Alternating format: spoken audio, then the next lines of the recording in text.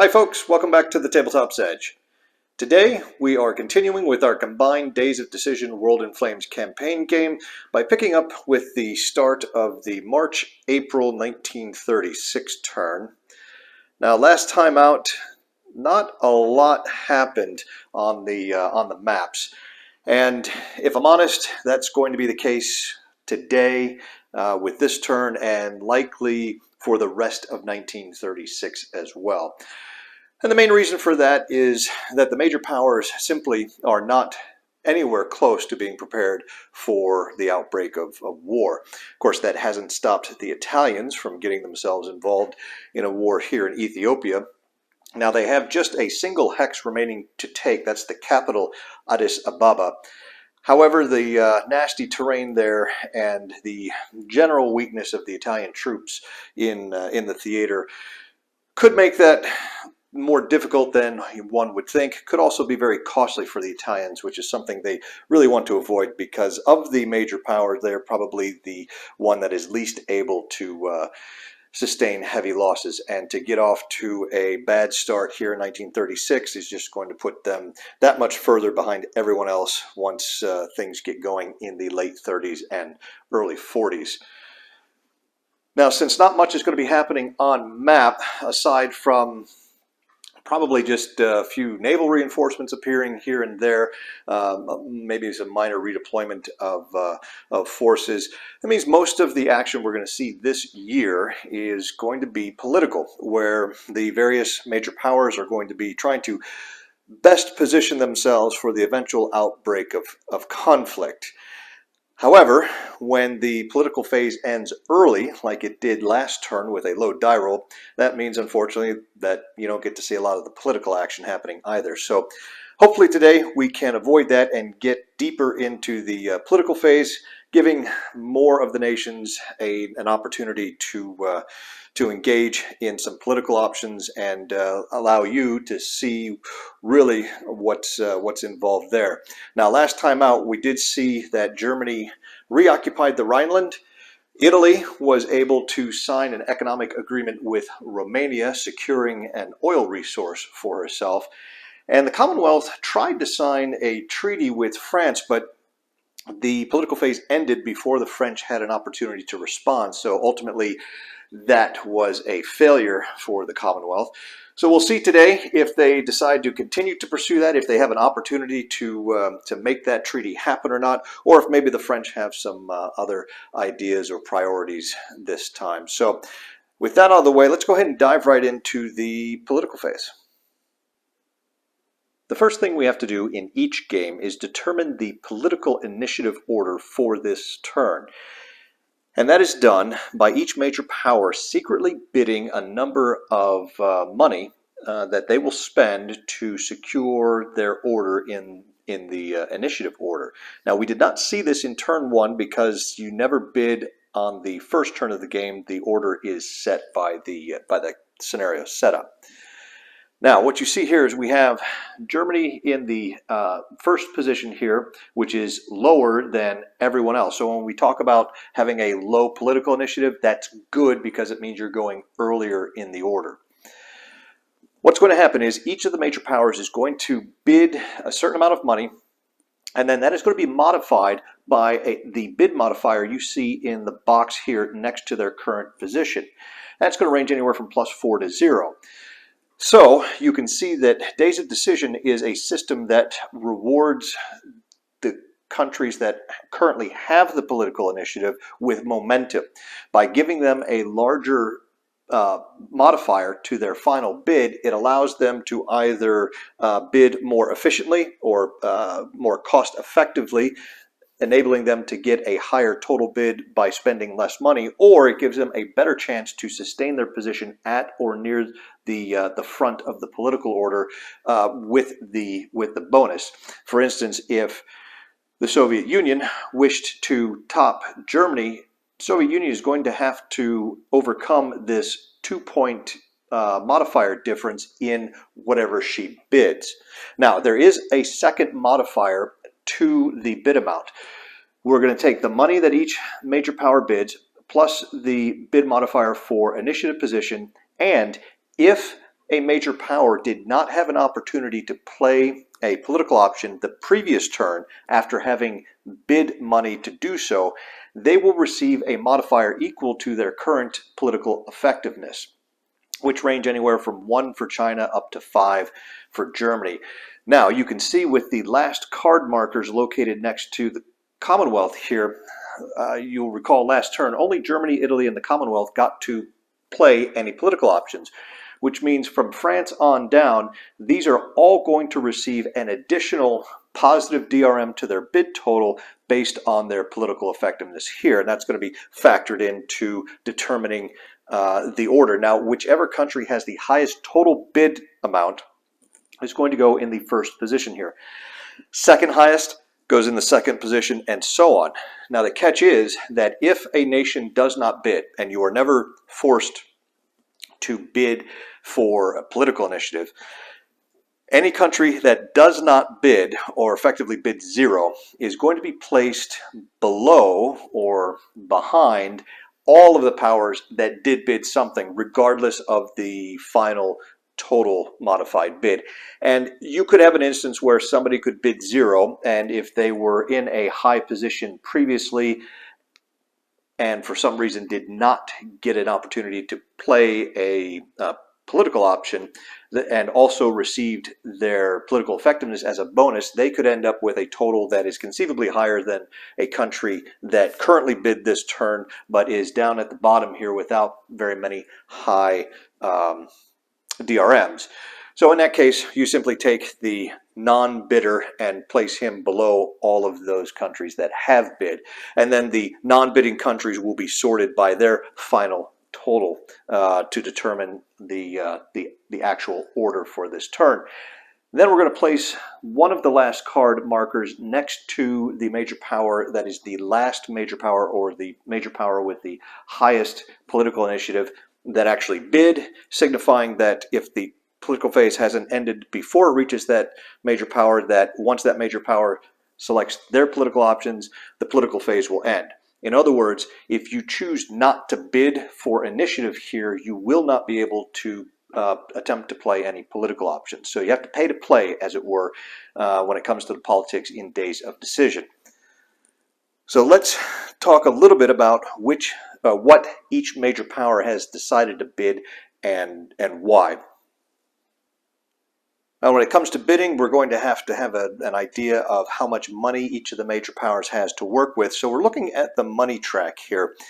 And to give you a quick rundown, Germany currently has 6, Italy has 3, Japan has 6, the Commonwealth is the wealthiest major power currently with 12, France has 6, the US comes in second with 11, China has only 1, and the USSR has 5. So out of this money, they're going to have to pay any potential bid they make, as well as pay again for the cost of the political option that they choose to pay. And then they're also going to have to use this money as build points to build any military assets at the end of the turn. So money becomes or managing your money becomes a bit of really a key element to your strategy here. You will find, I think, that major powers will often not bid in the political phase, trying to save or build up a bit of a cash reserve here to do something that's very important to them. Because there's the potential of the political phase ending after each major power selects an option, and that chance increases with each additional major power that does something. If you've got a political option or something that you really need to do and it's critical, you're going to want to make sure, or at least try to do everything in your power to get as low an initiative as you can and get up at the front of that initiative order, so that you can be reasonably assured of having the opportunity to pull that option off. And in fact, many of the political options require your initiative order, your initiative position, to be lower than certain other major powers or the willpower of certain minor countries if you're trying to do something with regards to a minor country. Now, you see the money that the nations currently have to work with. And keep in mind that they do all have credit limits, which range anywhere from 10 to 30 in the case of the US. So they can, in fact, spend into the negatives. But again, that's sort of borrowing against future income, and it's going to take them a while to kind of dig out of that hole. And somebody could come along and they end up playing the credit card option. If you're carrying a negative balance here, it's going to put you even deeper in the hole, because now you have to pay some interest on that debt you're carrying. So now that we know how much each of the major powers has to work with, let's talk a little bit about what each major power may be looking to do and how much they think they can afford to bid. We're going to start with Germany here, and you can see we're looking at the political calculations section of the Germany country-specific charts. And economics is the lifeblood of your major power in WIF. Without the production, you're not going to be able to keep and maintain a sizable enough military in the field to defeat your opponents. And the two parts of your economy are your factories and your resources. Now, the only way to expand the number of factories that you control, because I'm not using the optional factory construction rule, is to control red factories that are located in other countries. This is most commonly done through conquest, but it can also be done by aligning miners with your major power, which will give you access to their resources and factories. Germany, as you can see here, currently controls 19 factories. However, she only controls 2 oil resources and 9 non-oil, for a total of 11 resources, which means 8 of her factories are being underutilized. To remedy that, Germany is looking to get as many resources as she can, and preferably, given how weak her military is right now, if she can do that politically or peacefully, that's the route she wants to take. The more resources she can get peacefully now, the stronger she will be, actually the faster she will be strong enough to perhaps go and take some additional factories and resources by force. So Germany, sitting in the first position, is going to get a +4 to her bid modifier, and she really would not like to kind of waste that, right? So she is going to bid something. Now, of her 6 money that she has, she is hoping to be able to do what Italy did in January, February, and sign a minor economic agreement. There are a number of miners with tons of resources out there that are available for Germany to get her hands on. So she's going to go ahead and bid 2 of her money, hoping then that that's going to be sufficient with her bid modifier for her position to put Germany near the front of the order and give her an opportunity to grab that IPO number 2, which is the minor economic bid. Now, keep in mind that when it comes to the international political options, only one major power can play a specific option per turn. So if Germany ends up in the 2nd or 3rd or 4th position, and another major power selects IPO 2 ahead of her, that's not going to be an option for her when it comes to her turn. And since that's what she's focused on now, that would be a little, I wouldn't say disastrous, but it would be unfortunate, because it will be almost like wasting these two build points, if you will, to secure a position in the bid order. So Germany is going to go with a bid of 2. Next up is Italy. And Italy is sitting in the 2nd position, which is going to give her a +3 for her bid modifier, which is really nice. The problem is Italy only has 3 money right now, and she's currently engaged in an active war against Ethiopia. She may need to spend some money on continuing to build her armed forces, which isn't going to be cheap, and doesn't necessarily want to go deeply in debt right out of the gate here. She's hoping to be able to gear up come 1937, which will obviously improve her economic position, but that's going to cost money to do that. So Italy doesn't think that she has enough to make a bid that's going to put her in a good position in order to accomplish something. And even if she did, she probably doesn't have the money or can't afford to do the option that she'd want to do. So Italy is going to basically not bid this round and kind of sit this one out. Hopefully either save up some more build points for a future political opportunity, or pour that money into her military. So Italy's going to be bidding 0. And we come to the last of the fascists, Japan. And again, you can see Japan currently controls 17 factories, but only has 2 oil resources and 8 non-oil resources for a total of 10. 7 factories just sitting unused towards Japan's war effort. And you're probably detecting a theme here, at least with the fascists, of excess factories, not enough resources. So they are very focused on going out and acquiring more and more resources to feed their war machines, which will allow them to embark on their expansionist adventures that they're going to have to do if they're going to be able to control enough objectives to win the game. Now, Japan, sitting on 6 money, which isn't too bad actually. It puts her in easily in the top half of major powers as far as money on hand goes. And Japan is looking to add resources to her economy.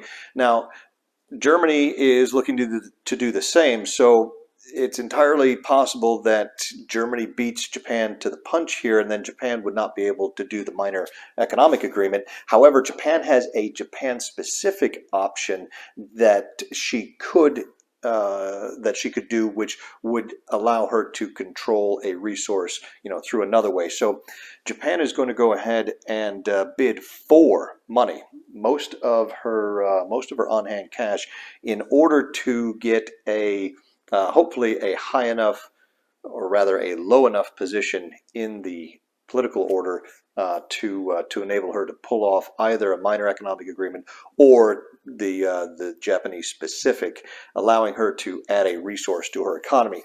Now, because of the current situation, because of her current production multiple, adding an 11th resource isn't necessarily going to increase the number of build points she produces each production phase. But what it will do is it will allow her to swap that resource out for one of the 2 oil resources that she's using. Remember, last turn Japan chose not to save an oil resource because she needed that oil resource to give her an extra build point.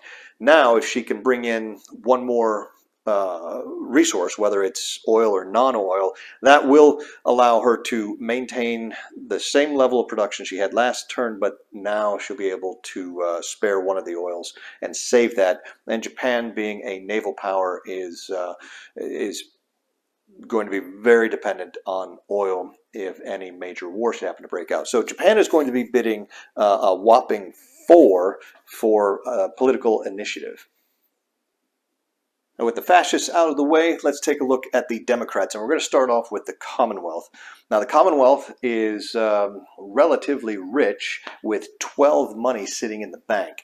Last turn, she actually paid for the option to propose a treaty to France, but the political phase ended before France had a chance to respond, and the Commonwealth is still prioritizing that treaty with France. There are 3 levels of political treaty among major powers, and you start out by signing a level 1. That will allow you to increase that in the future to a level 2, and then eventually to a level 3. And the Commonwealth would like to get to at least a level 2 treaty before any war breaks out between the fascists and the Democrats. So, prioritizing the treaty with France, the Commonwealth is going to take advantage of her relative wealth, and she is going to dump 7 money into bidding for political initiative, trying to secure the if not the first or second position. And it's important that the Commonwealth actually secure a position ahead of France, because the way this will work is the Commonwealth, assuming she has an opportunity to play the treaty option again. She will propose the treaty, and then after the treaty is proposed, then the French will need to play a particular option to respond to that treaty in order to have it signed. So the Commonwealth is looking to not only go very early in the turn with a low initiative requiring a high combined or modified bid total, but she's also looking to beat out the French. So both the Commonwealth and France have to really focus on going early in the turn if they want to have a good chance of pulling this treaty off now and then not end up wasting yet another turn. So the Commonwealth is bidding 7. Following up on the Commonwealth, we'll turn right to France. Now, France and the Commonwealth have been discussing what they want to do in this upcoming political phase, and they are in agreement that getting a treaty signed is a good thing. So they're both going to make an effort to try to make that happen. Now, France only has 6 money, but she is going to bid 4 of that to try to secure a good position in the political initiative order to allow her to respond to the treaty proposal from the Commonwealth. And it may work out that if France ends up getting a lower position than the Commonwealth, it's not necessarily the end of the world, because then it would just be a matter of France proposing the treaty to the Commonwealth, and then the Commonwealth going after France would be able to play the required response option. So either way, France is not overly concerned about getting in front of or behind the Commonwealth, just so long as she is up near the front of the line to give both countries an opportunity to play their political option. So France is going to bid 4. And with that, that brings us to the United States and China. The United States is pretty well happy with the situation. I guess I could say there's nothing really in the way of political options that the United States really wants or feels like it needs to do right now. So rather than just bidding for bidding's sake, the United States is going to essentially pass and just bid 0. China, the last of the democracies, would like to do something. The problem, though, is that China doesn't have any money. They've got one money right now, and their production is a grand total of 1 build point. So they're not going to be adding to that very quickly. And again, that's another reason why China doesn't want to get into debt right now, because it will take her forever to try to climb out from underneath that debt. Now, just as Commonwealth and France are eyeing up a treaty and an alliance, the United States would like to do that with China, but right now the Chinese poverty is really kind of holding that back. So both of those democracies are going to bid 0 and just kind of save up and try to get in a position where they'll have an opportunity to make that treaty happen. Remember, keep in mind, they're going to have to save up enough money to be able to spend enough to get a good political initiative, and then enough to pay for the option itself, as well as whatever else they may want to do. So we'll see how quickly that can happen. But for now, both of those countries are going to bid 0 and forego any political action this particular turn. And that brings us finally to the communists, the Soviet Union here. Now, the Soviet Union does have 5 money, and there is an option that they would like to do and get sort of out of the way, because this particular option that they have in mind is kind of the key to allowing them to do several other things in the future moving forward. But with only 5 money, they are thinking they don't maybe have enough to put in a bid to get a decent bid position or initiative position, and therefore that money is going to potentially be wasted, whereas they can always take that money and spend it on more ground units, air units, you name it, or they could save it up and give them a more realistic chance of getting an initiative, a total bid amount that is high enough to give them a low initiative position that will allow them to be certain of getting this particular option they're looking at doing out of the way and accomplished. So for that reason, the USSR is just going to kind of mark time, save up some money, and forego any political options this turn by bidding 0. So having discussed what the 8 nations are going to do, let's go ahead and tally up what the modified bid totals are, and then we can determine the actual initiative order for this turn.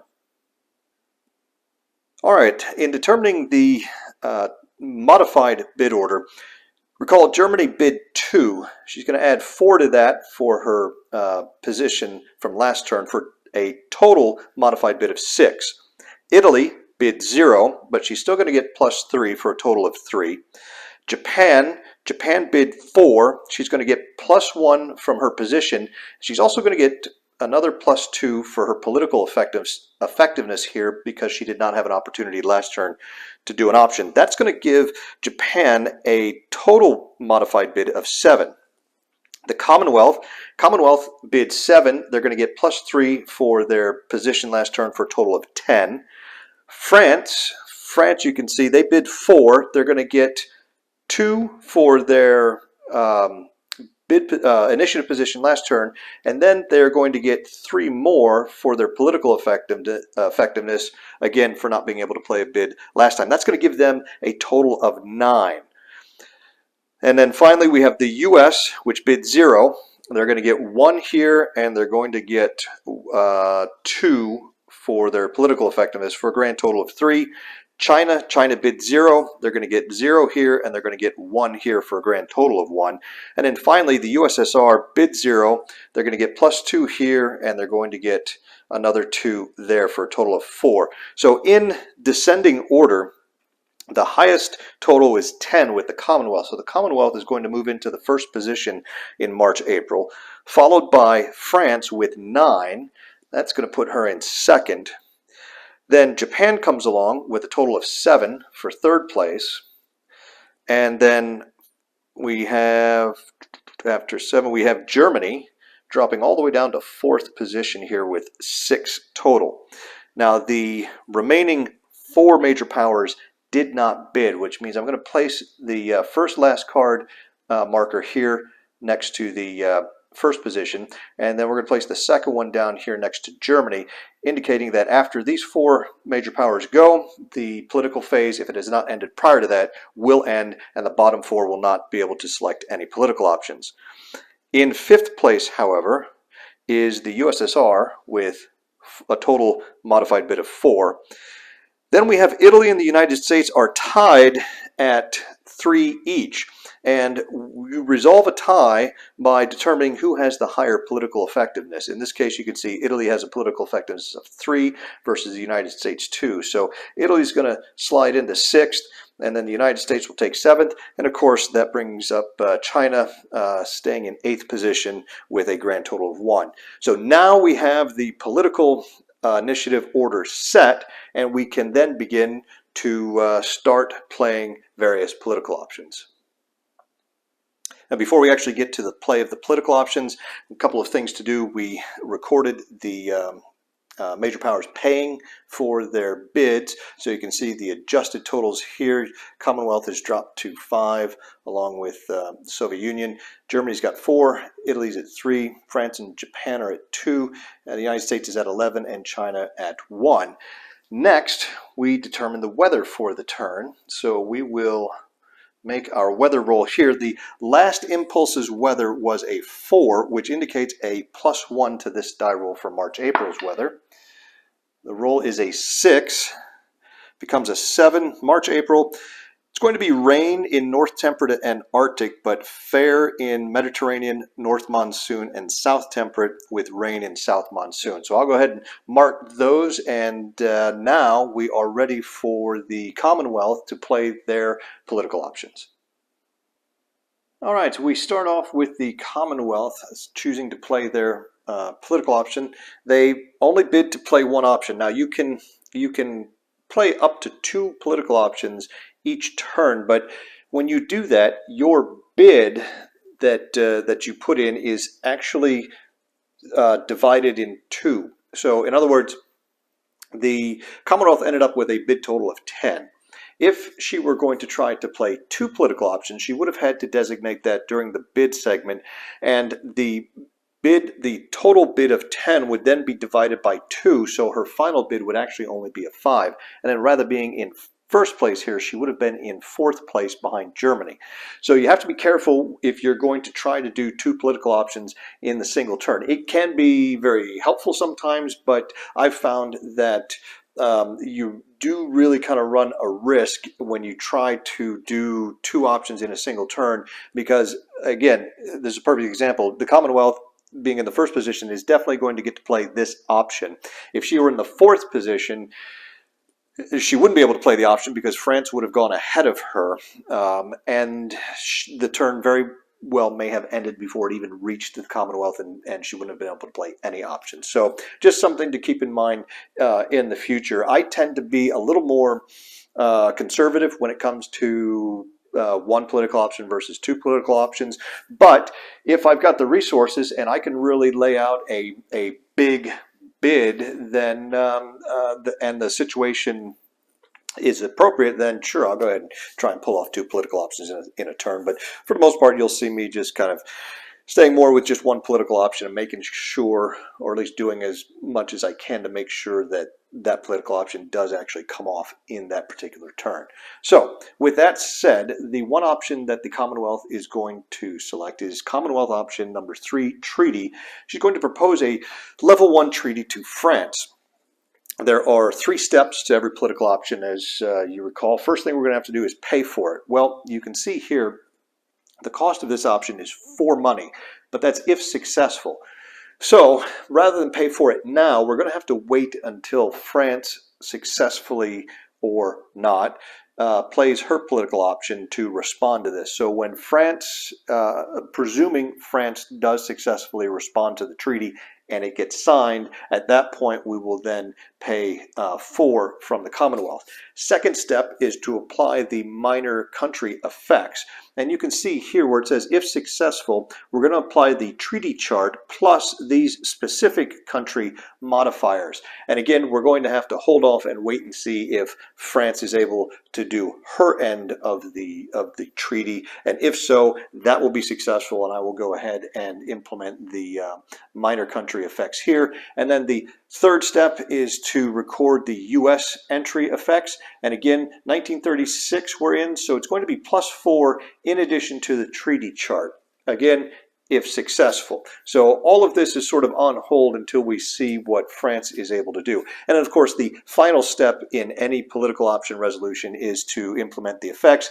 And as here, the charts here just say see rules booklet because the treaty rules are rather involved, probably a little bit too big to fit on a reference card like this. But basically, it's there'll be a level 1 treaty, and if France is successful in responding to the proposed treaty and the level 1 treaty goes into effect, I'll give you a little rundown at that point on what's involved and what that means for both countries. So Commonwealth has played her political option, and now we'll move on to the next country in order, which happens to be France. Actually, before we move on to France, we first have to see if the political phase ends. And this involves rolling 1 die. If we roll a 1 or less, then the political phase has ended. Now, we are going to subtract 1 from the die roll for every political option that has been successfully played prior to this one. So we're not going to count the Commonwealth option. However, if France gets an opportunity to go and plays an option, when we roll after France's option, we will subtract 1 for the Commonwealth's option having previously been played. So essentially, anything but a 1 and the phase will continue. And with a 9, that will definitely continue the phase, and so now we will move on to France and give France an opportunity to play a political option. Now, France is going to take full advantage of the opportunity she has to actually do a political option by playing the French option 0F. And all of the country-specific option zeros And really, it's option 0 through, I think, 5 are all the same. Option 0F is a kind of a generic option. I hate to say generic, but it's an option that allows you to do a number of things for little or no cost. One of those is agree to a proposal. And as you can see in the effects box here, the Play Aid does a really nice job of basically describing how this works. This is what you need to play in order to respond to any one of several different proposals that are in various political options in the game. And so at this point, France is going to respond to the Commonwealth's treaty proposal, and by responding doesn't necessarily always mean you're going to agree with it. You have the option to agree or disagree. And if you choose to play an option other than 0F on your turn, that is essentially like automatically disagreeing. You ignore the proposal and it just sort of dies and is unsuccessful, whatever the proposal may have been. So in order to actually make any proposal effective, the target country must play this 0F option in that turn following the proposal, otherwise it's a dead letter. So France is going to go ahead and do that, and which is going to make the Commonwealth's treaty proposal successful. So we're going to have to go back and do some bookkeeping there with the Commonwealth as far as paying for the option and implementing the minor country and U.S. political effects. But you can see here, when you agree to a proposal, the cost is 0 money. So France is able to agree, and it's the Commonwealth that is going to have to shell out the money to make this treaty happen. And this is a nice way when you've got two powers that have a little bit of wealth inequality. If you can coordinate things and arrange it so that the wealthier country, in this case the Commonwealth, can foot the bill for something like this treaty signing, that's going to help everybody in the long run. It would have been possible if France had gone first and the Commonwealth second, for France to propose the treaty and then the Commonwealth respond to it, but that would have cost France for money that she really doesn't have or can afford. So it worked out best for the Allies this way, but something to keep in mind when you're looking to do things like joint war aims or treaties and whatnot. So with France having paid 0, you can see there are no minor country modifiers here because it's all accounted for by the country that proposes the treaty. Same thing for U.S. entry and then the effects. So the effects will now go into place. What I'm going to do here is I'm going to implement I'm going to have the Commonwealth pay their money to sign the treaty. And then I will implement the minor effects by placing Commonwealth control markers in the minors as specified on the treaty chart and with the option specific countries. And then I'll adjust the U.S. entry, which in this case is going to be a +4 in addition to whatever the treaty chart has listed for this particular action. And then I will, once that's done, I'll come back and I'll give you a brief rundown on what having a level 1 treaty now means for France and the Commonwealth. Well, I've implemented the minor effects, and I thought I'd just give you a brief overview since they were fairly extensive. Argentina has a -1 or a negative influence point here. They weren't particularly pleased with that. But over in the Iberian, the Commonwealth now has 2 positive influence in both Portugal and Spain. They have 1 positive in Belgium there. Denmark and Norway are both -1, so not terribly impressed. Czechoslovakia was reasonably happy with that, and the Commonwealth picked up 2 positive influence there. She has 2 in Poland as well. And then finally, over in Saudi Arabia, the Commonwealth managed to pick up 1 positive influence there. And we will see shortly just what all that means. Oh, I did miss one. It's probably the biggest one. You can see Ireland up here, who is probably never happy with anything that the UK does, has a -4, so 4 negative influence in Ireland due to the Commonwealth Treaty proposal to France. So That's the effect on the minor countries. The USA, surprisingly, a little bit was not terribly happy with the signing of the treaty. They picked up 11 on their entry level against the Commonwealth. Apparently, the United States not a big fan of these alliances and the potential secret clauses that might end up expanding a local conflict into a worldwide conflagration. So, in fact, the United States is almost as upset with the Commonwealth now as they are at Germany for reoccupying the Rhineland, believe it or not. But that's where the situation sits right now. Now I want to quickly just give you a little overview of what exactly that Level 1 treaty is going to do for both France and the Commonwealth. All right, Level 1 treaty, as you can see, first thing I've done is I have recorded the date that the treaty was signed for both of the major powers. This is the second turn of 1936, or March-April 1936. Interestingly, you can see that France started the game with a Level 1 treaty with the Soviet Union, as well as a Level 1 treaty with Italy. So, what does a Level 1 treaty mean? Well, it's going to do 5 things for you, potentially. First, any casus belli that each nation has on the other is going to be canceled. Second, you can immediately negotiate a trade agreement between the two powers, and a non-aggression pact is considered to be in place.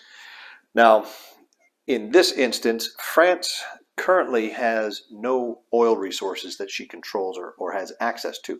So, as part of this signing this Level 1 treaty, the Commonwealth, who has a few spare total resources, including some oil, she's going to go ahead and agree to give France 2 oil resources.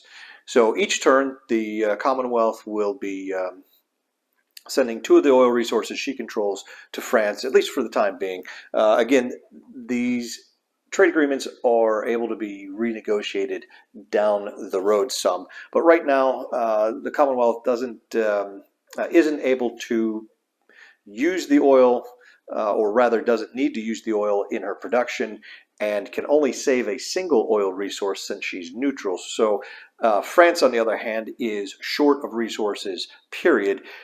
So giving her 2 oil will allow her to put 1 of those oil towards production, as well as saving 1 oil per turn. So in addition to the trade agreement and the non-aggression pact, you also, if either side reconquers a colony that belonged to the other at the beginning of the game, they can revert control of that territory or colony back to their treaty partner without necessarily having to play an option to do so. Next, if both countries are at war, and they don't have to necessarily be at war with the same major power, they just can't be neutral. So if neither country is neutral, then you can lend lease up to 5 build points and or 5 resources per turn to one another.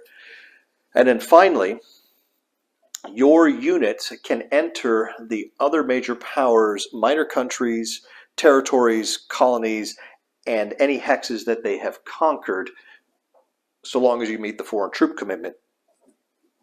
So it doesn't quite get the BEF into metropolitan France itself. You can't enter the other country's home country under a Level 1 treaty, but you can enter their other controlled territories, whether it be an aligned minor country or a colony, something like that. Now, with that in mind, a Level 1 treaty, while it's a good step forward for these 2 democracies, it's not really where they want to be, because France ideally would love to have a large British ground and air commitment in metropolitan France in the event that Germany decides to attack her. So that's why they really wanted to get this Level 1 treaty out of the way, and now they're set up the next time they propose a treaty, they'll be able to go from Level 1 to Level 2, and that is where you will get access to your treaty partner's home country, again, under the foreign troop commitment rule, which means that's going to limit you based on the reorganization value of your headquarters that you have in your treaty partner's territory. So with the Level 1, access to their minor minor countries, colonies, etc., with your troops under foreign troop commitment limits, and then lend-lease if you're both at war, a trade agreement, which we've just discussed here, and a non-aggression pact with one another, as well as canceling any of the casus belli that existed, and there were no casus belli existing between these two at the start of the game. So there's a level 1 treaty for you. The UK and France both quite happy to get that finally signed here after trying to make it happen for the last few months. There is one last thing to do in order to resolve the political option, and that is to activate a minor country. And I think we may have looked at this briefly in turn 1. There weren't that many opportunities to do this, but the last thing you do after each political option, or when you resolve each political option, is to choose a minor country that has a major power control marker in it on the map. You'll choose one, and then you will implement the effects of that influence. And this will be a good opportunity for us to for me to show you, really kind of how that works. So I think we'll have an opportunity here. Well, probably not this time, because France isn't going to choose something that's necessarily going to be detrimental to the Commonwealth or the democracies. They're going to try and find a nation that they can activate that might actually help them out. So let's go look at the map real quick and figure out if there is a particular country that's going to work better than another one for us.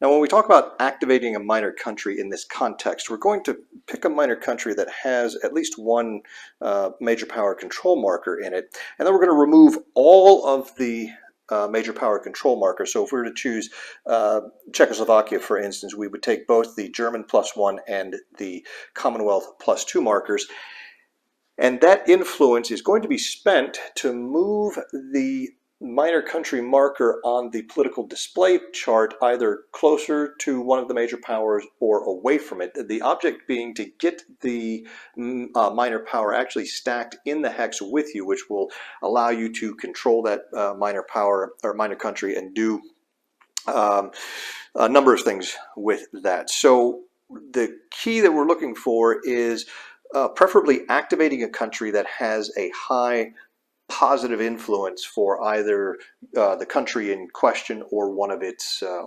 allies or one of its ideology partners. Now, to move a hex over here, the base cost is 2, and that's going to be modified in certain circumstances. For instance, if you're crossing a boundary from the neutral zone to a particular ideology or boundary within an ideology, that'll increase the cost. So when we're looking over the map trying to decide which country we want to activate, if we're looking to really move the marker on the display, we're going to be wanting at least 2 influence in the particular country in question. Now for us, that means Portugal, Spain are good candidates. Ireland has 4, which will definitely move that marker, but because it's a negative influence, that would actually move the marker away from the Commonwealth. Not necessarily something that France wants to do, but it might be something that the fascists are interested in. Belgium, we've only got 1 positive, and the Germans have 3 positive there. So were we to activate Belgium, chances are we would just end up pushing it closer to Germany. Not exactly what we want with a minor country right on the border of France.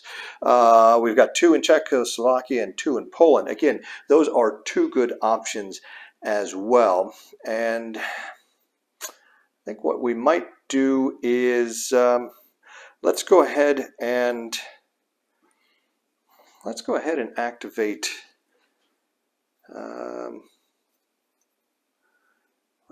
Let's activate Spain here and see if we might be able to draw them closer to the Democrats. So I'm going to pick up all of the markers, and in this case it is just a Commonwealth control marker, and we're going to go over to the political display and you'll see how this gets implemented. Here we are at the political display, and we've got a grand total of 1 control marker with 2 positive influence for the Commonwealth. We're going to need to locate the Spanish marker, which is here for the Spanish Republic. You can see it's it's kind of in the middle of the communist and the Democrat ideologies.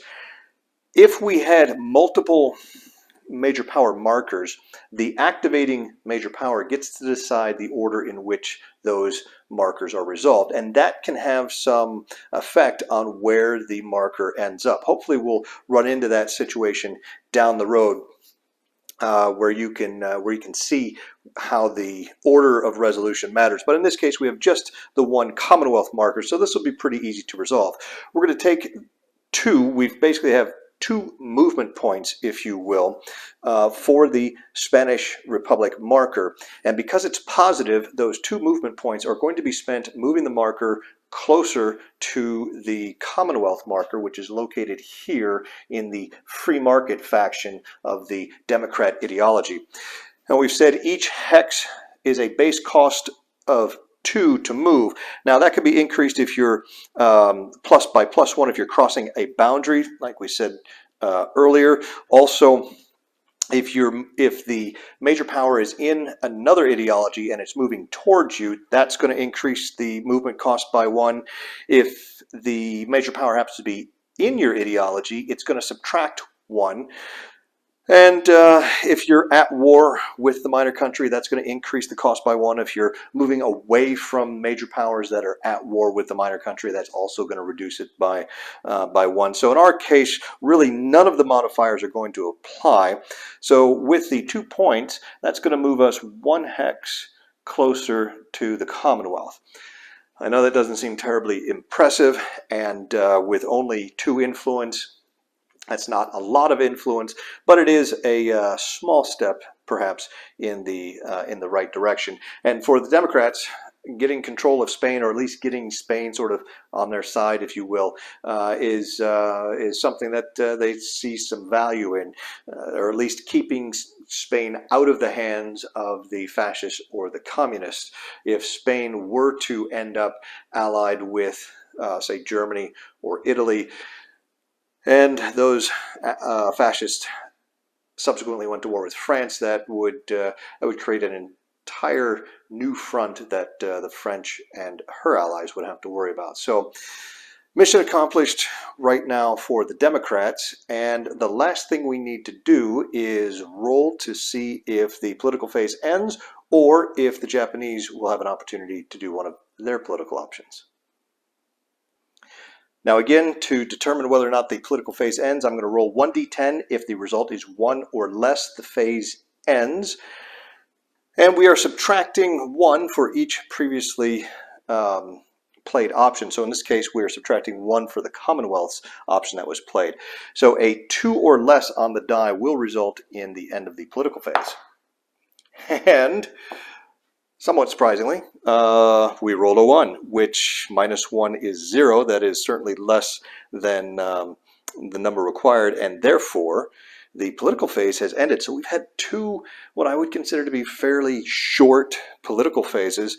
I don't know how big an impact that's going to have moving forward, if it's putting some countries behind schedule as far as what they're trying to accomplish. But with that, we are going to, you can see we have the last card here. That's where the turn ends. Now, Japan and Germany both bid for position, bid for initiative, but they did not get a chance to play a political option. Therefore, they are going to receive, as a bonus to next turn's bid, Germany will get +5 from her political effectiveness, and Japan is going to get +2 for her political effectiveness. So while they're shut out this turn, so long as they decide to go ahead and bid next turn, Germany in particular should have a pretty decent bid total, because she's also going to be adding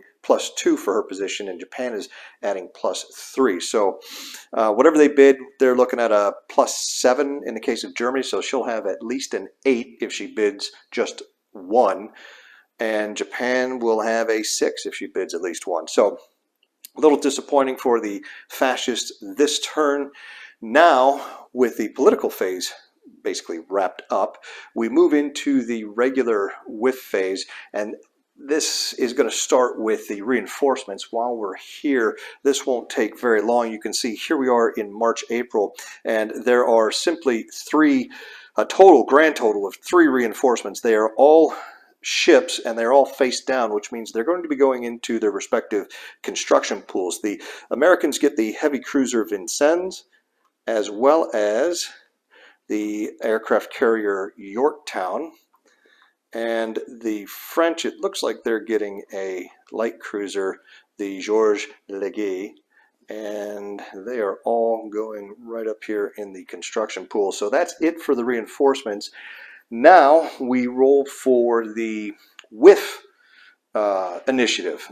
This would be, and remember, this is a 3-way initiative roll between the Democrats, Fascists, and Communists. The Communists and Fascists will be getting a +2 to their rolls, while the Democrats will receive a -1. So let's see which order the various ideologies are going to be going in the WiFCE portion of the term.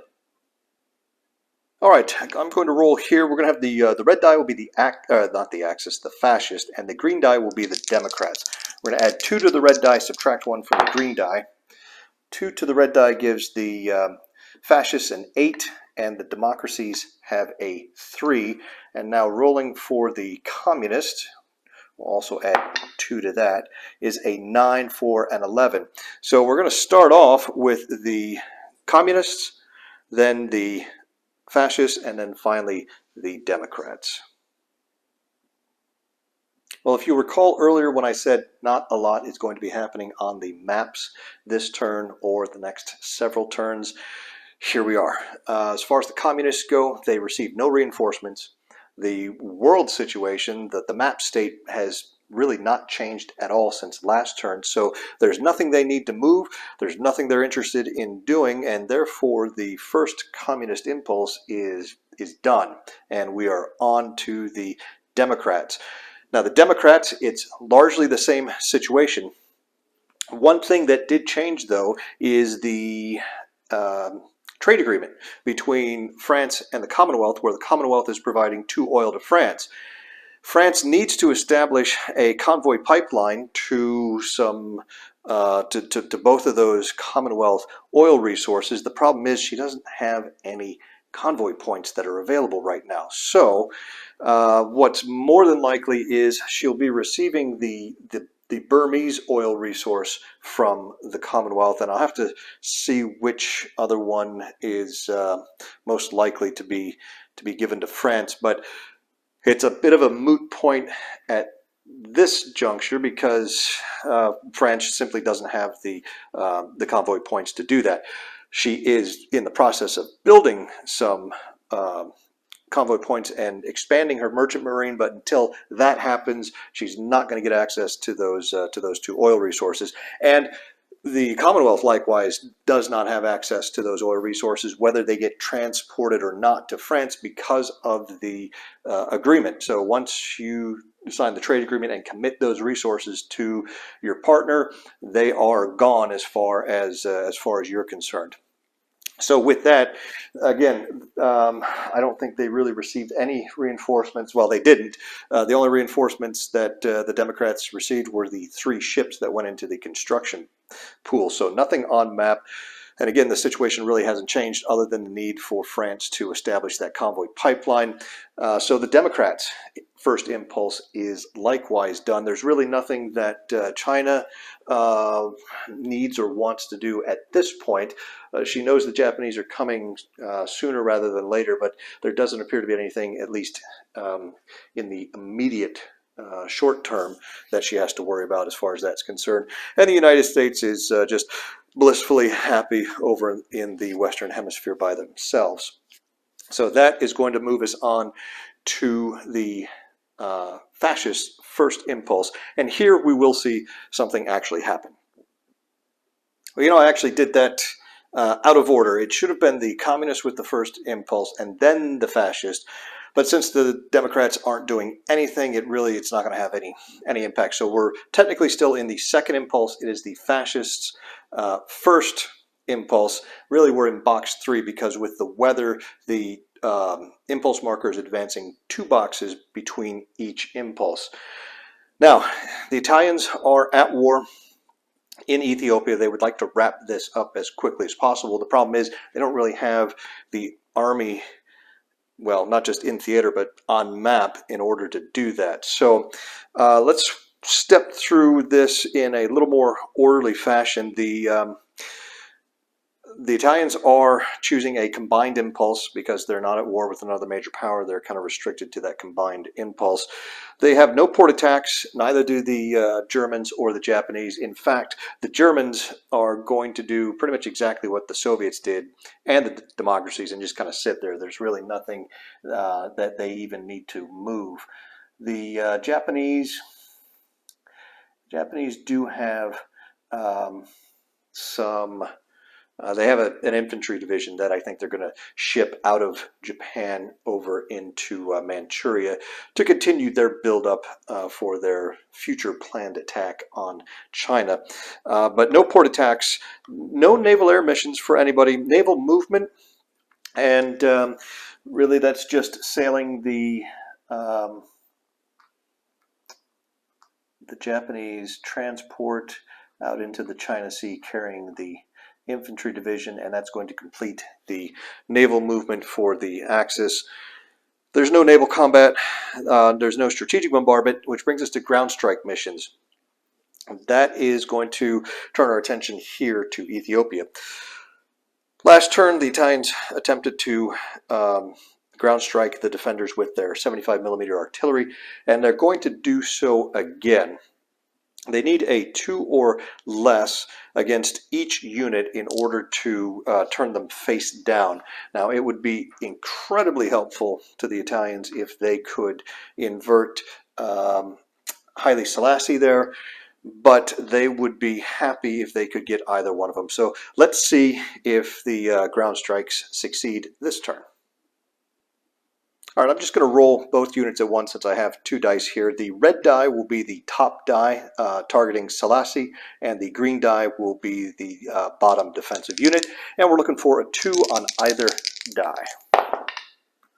And turns out we get that. We get a 7 against Selassie, so we miss him, but the 2 will invert the bottom defender, and that is that's helpful for the Italians. That's going to give them a +1 in the upcoming combat. So success here from the artillery. Let's see if the Italians can follow it up with a successful land attack and end the campaign in East Africa.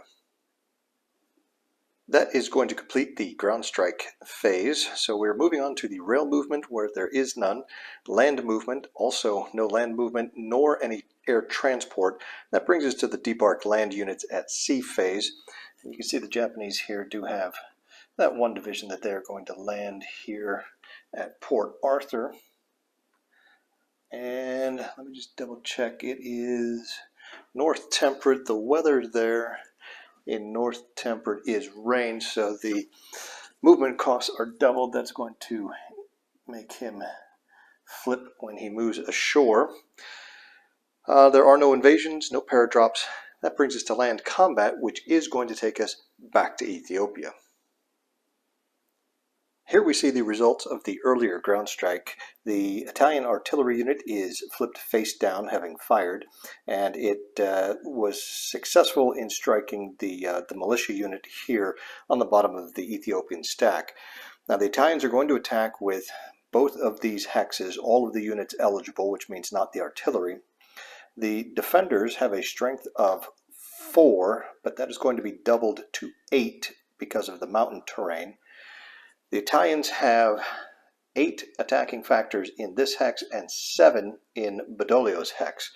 So they're going to fly in their attack here, the range of, that's 2-4, to add that 16th factor. That's going to give them 16 to 8, which rounds to a 2-1 on the attack.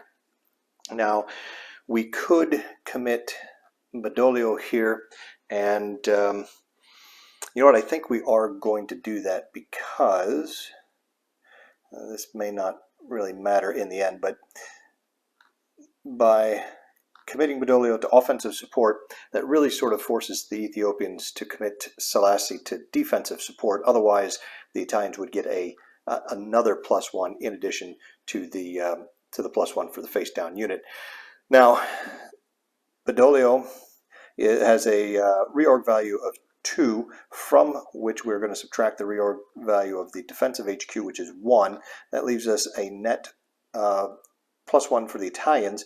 Then we divide that by 4, which becomes 0.25, and that's going to round down to 0. So 0 DRM are going to be added to the die roll in this case. But at the end of the attack, both of the headquarters will be turned face down. Now, this is a rather important attack. The Italians don't necessarily need to kill both of the units, although that would be great, but they need to kill at least one. And the Ethiopians are going to select the assault table. And looking at the 2-to-1 +1, the Italians actually have a 1, 2, 3, 4. They've got about a 40% chance of succeeding and capturing the city with this one attack. And then they have another 30% chance of killing at least one, and then finally a 30% chance of not killing any of them. And if they roll a 1, they will lose 2 units, not 1. So let's see what happens here. Let's go ahead and make this attack. All right, here we go. First big attack of the game. Let's see how it goes for the Italians. And it goes, actually, I think it goes at least well enough. It may go just what they needed. Let's see. 6 + 1 becomes a 7. And they are, if we look here in the assault table, come down to a 7 on the 2-to-1 column. It is no loss to the Italians and 1 loss to the defenders. Had they rolled just 1 more, they would have succeeded in killing both steps. However, they did achieve their goal of killing at least 1 of the defenders. Let's see what that's going to look like once we finish up the combat resolution. All right, back in Ethiopia, the Italians will lose no units. The Ethiopians will lose 1, so they will kill the militia here, leaving just Haile Selassie in the hex, and he will be face down because he was committed to defensive HQ support. Also, had he not been committed to defensive HQ support, he would have been turned face down anyway because the defenders suffered more losses than the attackers did. Now, because we did not get an asterisk result, that does mean all of the Italians are turned face down. And without a headquarters in the area to reorganize them, and having used their land bomber here in the bomber role rather than the air transport role, this is going to rebase now. And I'll rebase back to, what is that, Asmara in Eritrea. They are going to have to wait until next turn to attempt to finish off the Ethiopians. However, this does help quite a bit because now the Ethiopian strength is going to be a 4, and you can see the Italians, even if they choose to use their artillery to ground strike again next turn with the aircraft, they'll still be able to bring in 16, which is going to bump them from a 2-to-1 to a 4-to-1. And at that point, it's going to be anything but a 1. If they are able to invert the headquarters in the ground strike phase, then that's going to basically automatically give them a victory. It'll just be a matter of how many units it's going to cost them. So first blood to the Italians. The campaign is going slowly, but it is proceeding in their favor. Now, we have just a couple of phases left in this impulse for the Axis. Air rebases, of which there are none. Actually, yeah, there are none in this impulse. And then reorganization. Again, the Italians don't really have any reorganization capability left here in Ethiopia, so that's going to wrap up the impulse, and we'll go see where the impulse marker now sits after each of the ideologies has had their first impulse.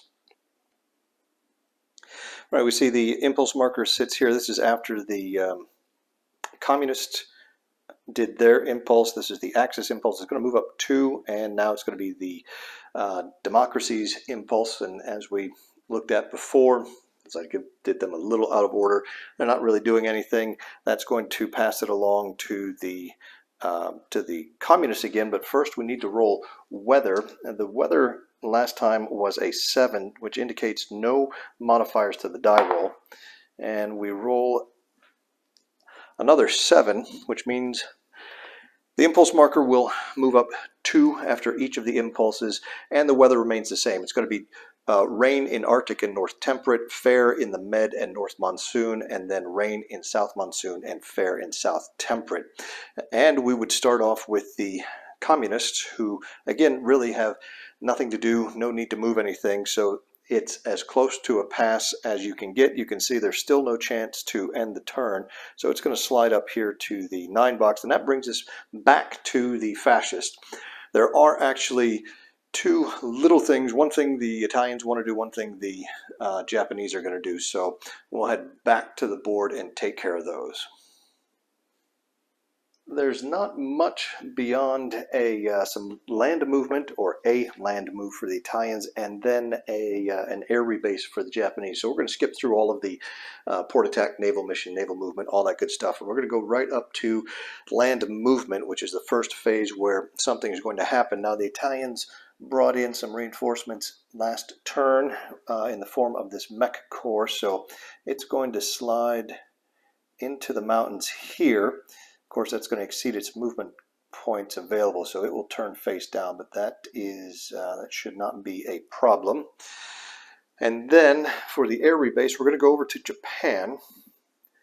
And we come over to Japan here, and they are just going to move their naval air 2, 4, 6, 8, 10. They're going to rebase them onto the mainland there.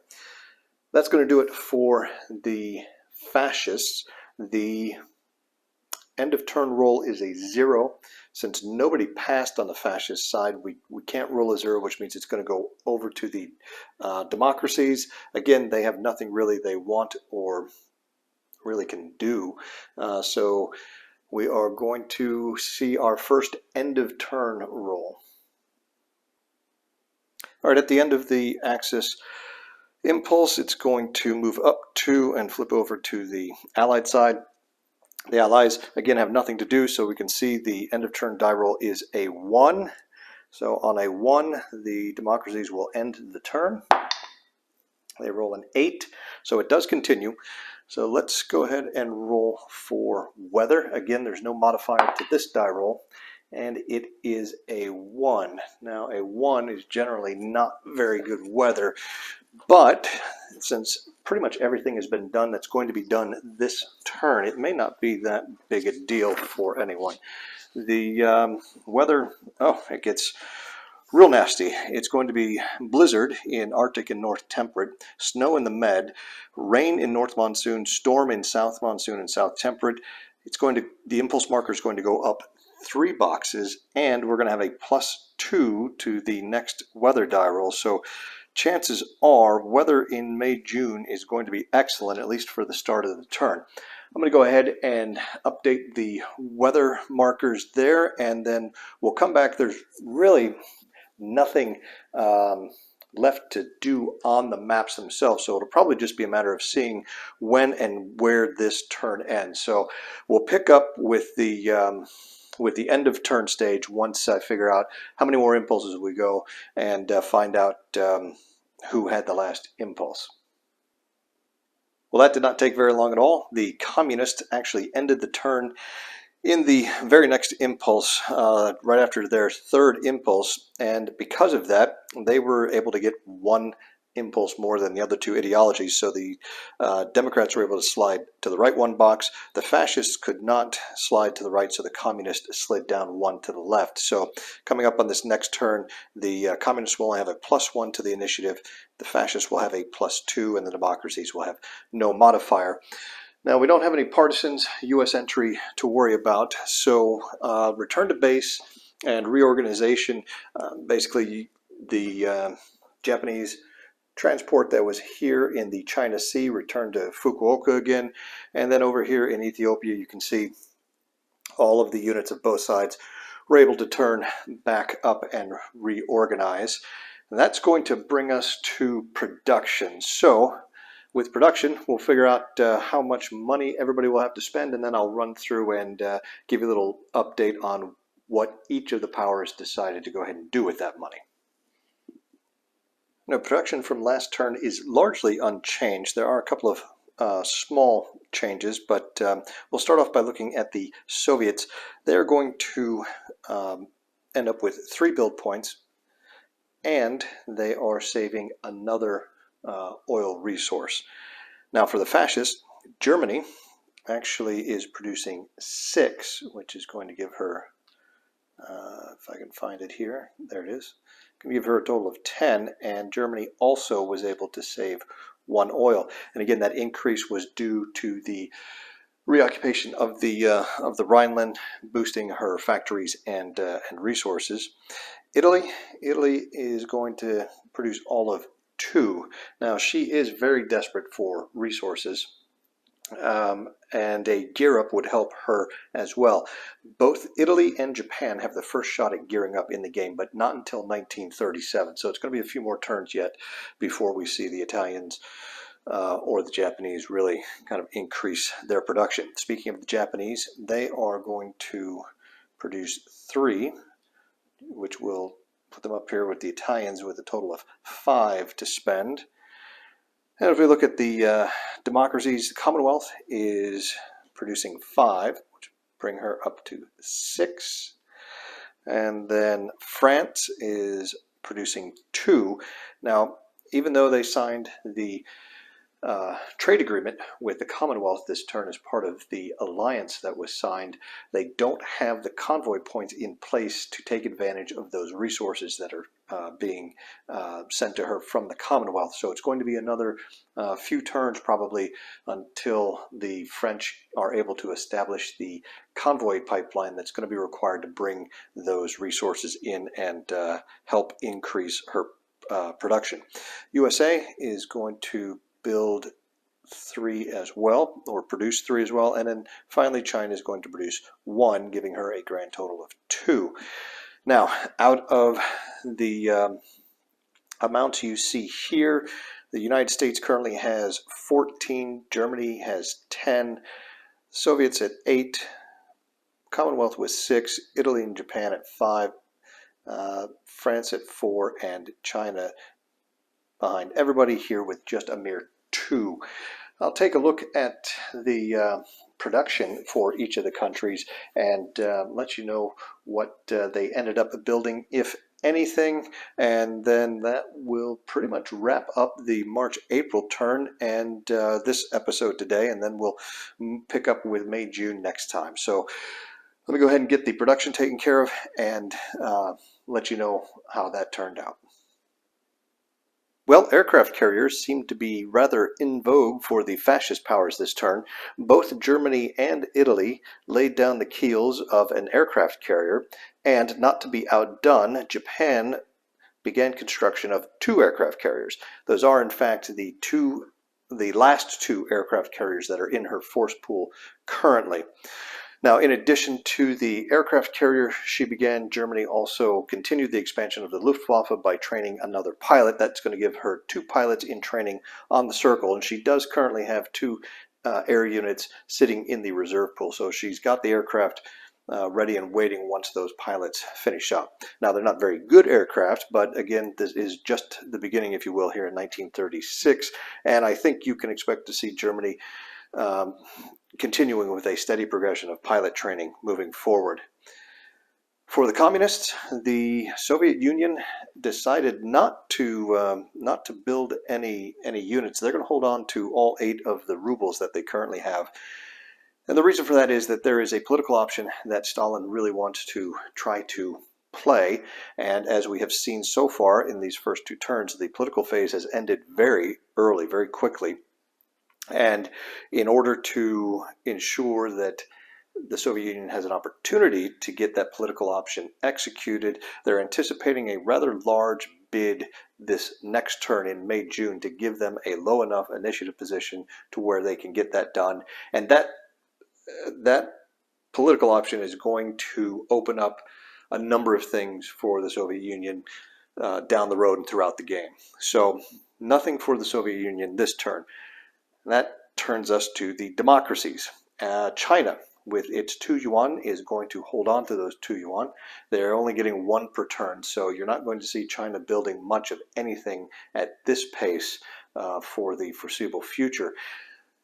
She's probably going to hold on to that money and choose a point in coordination with the United States where she can act, where she will bid to play a political option, primarily in pursuit of getting some sort of treaty, a level 1 treaty signed with the United States. So once again, nothing from China for production this turn. The Commonwealth built a convoy point, a tanker point, and started a heavy cruiser. And you can see the convoy point here, the tanker point is here, and along with the heavy cruiser. Commonwealth currently controls more resources than she can transport to her factories. And until such time as she reaches full production, where she is getting enough resources to all of her factories to get them all producing production points, she's going to be focusing on expanding her merchant marine, and that means additional convoy points and additional tanker points. Also, if you have, for those of you with any experience with World in Flames, you know that the Commonwealth is going to suffer a number of convoy point losses once war begins. So she's going to need not just enough convoy points to get to her resources she currently controls, but also have enough to sustain losses should she find herself in an active war with someone down the road. Along with that, she's going to be looking to expand the Royal Navy. And you've probably noticed that a lot of the builds so far have focused on naval units, and that's because of the length of time it takes to get these units from the force pools actually onto the map. The aircraft carriers, for instance, that the fascists started this turn, it's going to take them 6 turns, an entire year, before they even make it into the construction pool here. And then once they come out of the construction pool, it's going to take another turn before they show up on map. So right now, most major powers are going to be prioritizing those long build time units and getting them started and getting them underway so that they have them at the time they need them. France, following the Commonwealth's lead, and also in a similar situation regarding their merchant marine, build a convoy point and a tanker point. Now they need tanker points to bring the Commonwealth oil that they're receiving via the trade agreement as a result of their level 1 treaty. And they're going to need a lot of them because the oil resources are a good distance away. However, instead of building 2 tanker points, the French split it and built a convoy point this turn, because they do have one resource that is much closer than the oil from the Commonwealth, and that is a Senegalese resource. So with the 2 convoy points they built last turn, this 3rd convoy point will give them enough cargo ships to start bringing that resource into a factory and will help boost their production. And then finally, the United States. The United States decided to start training a pilot, and they also began construction of 2 light cruisers in this case. The United States, like the Commonwealth, has a number of cruisers still in the force pool cups, and while they're not particularly strong naval units, they are relatively cheap. As you can see, it's just 1 build point for the first cycle and 1 build point for the second cycle on these light cruisers. The U.S. will have global naval commitments, and they're going to need every naval unit they can get on the map when war eventually breaks out. So that's the situation here at the end of March, April 1936. I appreciate you all watching today. Next time we are going to start up with May, June, and we'll see if maybe we can't get more than like 2 political options actually accomplished in a political phase for a change. But till then, take care, and we'll see you next time.